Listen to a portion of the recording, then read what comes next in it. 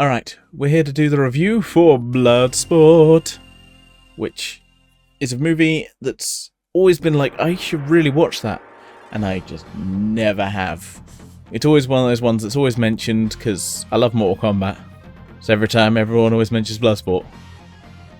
And, you know, how Mortal Kombat was going to be like a Jean-Claude Van Damme like game, it was going to be a Bloodsport game, it got a little murky.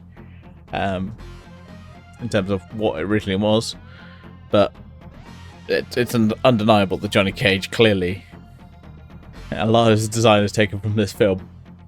Yeah, a lot of it, you look at the original Mortal Kombat game, you're like, oh well, no, he wasn't the wisecracker until I feel like after the first movie. The first movie definitely established that kind of wisecracker attitude. And a lot more of the silliness. So yeah, that's why I've always known about Bloodsport, but I'm like, I've never seen it. And it's weird because it feels like a video game movie because there's so many characters that are kind of just introduced like at the start, and you're just like, oh look at all these fighting game characters. And yeah, 'cause this is a tournament. It's basically, you know, kind of what a lot of fighting games are, is a tournament, an underground tournament. And this is a really fun film. Acting is terrible. God, it is awful. It speed runs like the start, because I feel like a lot of these, yeah, if you watch a lot of Shaw Scope, you know, Shaw Brothers types films, I feel like the first half of this film would normally be like an hour or so. Whereas it's like only like 20 minutes in this, it's just like, hey look, so any spoilers, it's on you. Come on. So it starts off with basically, hey look, these two guys are best friends and the kid's dead. And you're like, wait, what? Almost kind of skip it. It was just like, yeah, you have these two kind of friends. They're brought together because the kid tried to steal an old sword, and then they're just kind of brought together. And he's like, "I will never train you." Oh, my kid's dead.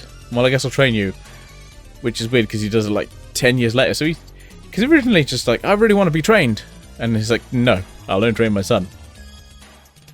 And then he kind of just, I guess, accepts that fact for like a good 10 years,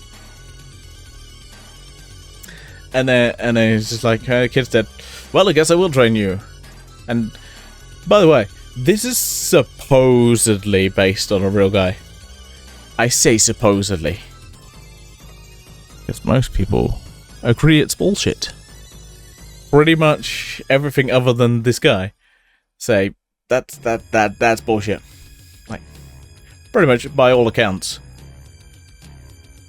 Utter bullshit. Now, that's just, you know, what most people say. But yeah, there's no real evidence. He's like, well, it is, you know, I was trained by this guy, and you know, not many people know about it, and no one can find actually a record of the guy he was trained under. So he's like, okay. I'm calling bullshit. And pretty much everyone is calling bullshit. Yeah. There's not really any, like, anything to go by. You're just like, well, yeah, probably bullshit. Most likely. It's the most, you know. But whatever. That doesn't matter. You know. It's not like, I can't remember if the film does. I don't know if it says at the start like it's based on a true story. I don't think it does, but I could be wrong. But it doesn't really matter. You're not here because you're like, oh no, wow, this is a true story, true to life. No one gives a shit.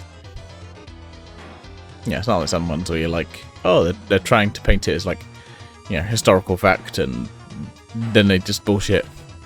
I'm talking about like a lot, which is weirdly like a lot of music biopics have recently have just been like, yeah, this is real life. And you're like, no, it's fucking not.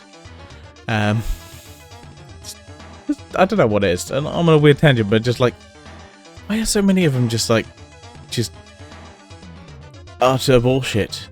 Even when they have like the people involved, I feel like that may be a hindrance at times, where they actually have the people that it's based on involved. I could be wrong, but it just feels like a bit of a hindrance. Like, because they're just like, no, don't tell the real story. Anyway, that doesn't matter. It doesn't matter. Ultimately. Because, you know, this is good, silly fun. Ultimately. It's just fun. Really. It's batshit insane. It's a tournament. It's just like like I said, it's like a fighting game tournament. And that's pretty much the entire film. Weirdly, the main character just has like people that try to track him down, and they're like, "No, you must not injure yourself because reasons." Because I don't remember what. Okay. Absence without leave. To criminal investigation agent. Criminal investigation command agents. Whatever the fuck that is. United States Criminal Investigation Division. Okay. Just like the Army's version of the NCIS. Where's that series? I guess because the acronym is SID. That's probably why there isn't a... Oh, okay. USA CDIC. Fucking hell. America loves a fucking acronym. Yeah, they're just tracking them down for reasons. And it kind of has just this kind of slightly arrogant best friend in this. He's not like a terrible character, just kind of a little bit arrogant, which is kind of his downfall when he gets, his ass kicked. So it's just a fun character. Unless this one is just, I mean, you see some stuff like you see, Jean-Claude Van Damme breaking bricks, and I'm like, let's just test your might. That's test your might there. I've seen that in Mortal Kombat. Again, Mortal Kombat steals a lot from this film. They definitely took a lot from this film. And, I guess paid it back in some way, because they must have paid Jean-Claude Van Damme some money for Mortal Kombat 1. I have to try and hold back a yawn. It's late. I'm told. So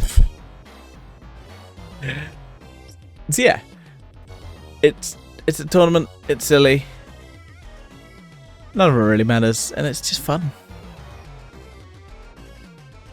And it's like an hour and a half, but fun action.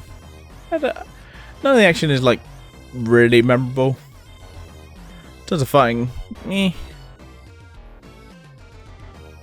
then none of it really stood out to me in terms of that kind of fighting. But it is an 80s film, so 80s American film. They're not as good on their action.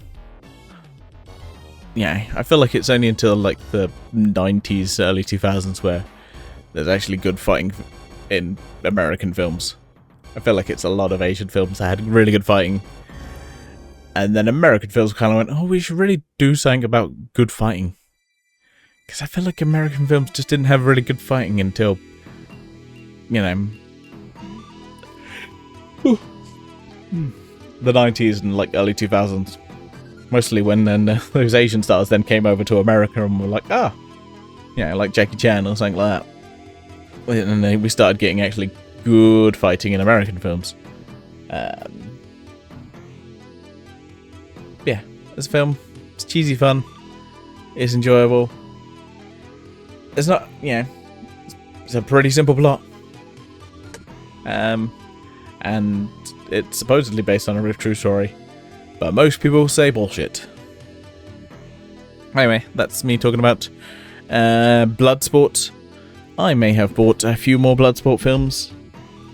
So I will see you soon for Bloodsport 2. That's 1, 2. Bye for now.